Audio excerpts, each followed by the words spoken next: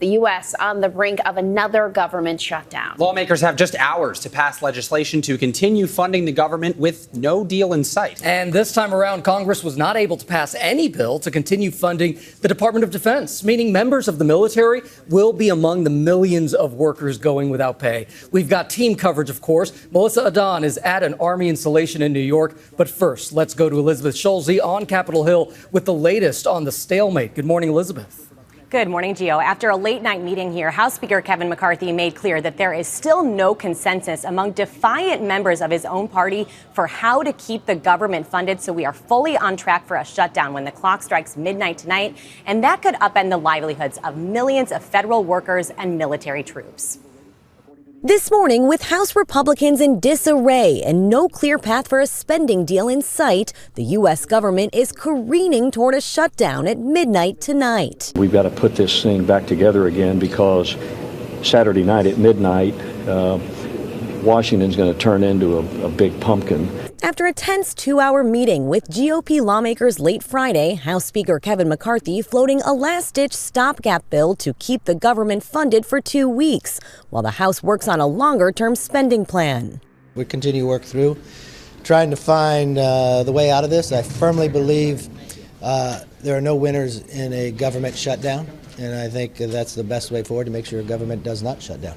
But a shutdown appears all but certain as the House Speaker faces rebellion from within his party's own ranks. On Friday, 21 hard-right Republicans voted against a stopgap bill to keep the government open, slash funding for social safety net programs, and strengthen border security. Those members opposed say they won't support a temporary short-term fix. President Biden blasting House Republicans for failing to do their jobs. It's a disgrace.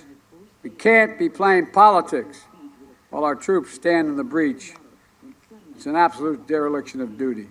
If the government shuts down, 3.5 million federal workers could go unpaid, including 2 million military service members. There are just millions of service members and their families that are now looking at the clock. Nikita Fowler's husband is an active duty sailor in the Navy. She says she's been sifting through their family's budget, preparing for how long they can afford bills and groceries without his salary. We live on a military base, so every service from the commissary, doctor's offices, I can't imagine that there is not one aspect of our life that this shutdown will not impact in some way.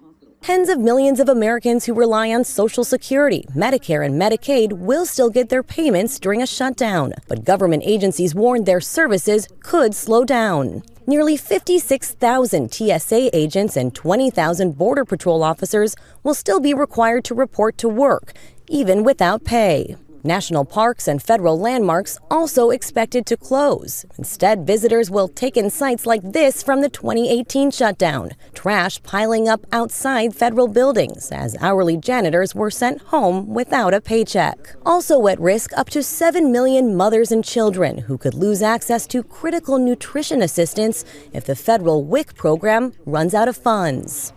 The Senate is set to hold a procedural vote today on its own plan to keep the government funded, but that's meeting some opposition from Republicans who are against additional aid for Ukraine. And House Speaker McCarthy has said any bill that includes Ukraine is a non-starter in the House. Gio.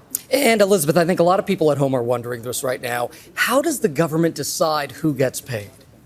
Well, Gio, federal agencies have been working on contingency plans to determine who needs to report to work without a paycheck. About 820,000 federal workers will be sent home without pay. And through all of this, members of Congress will still get their own salaries.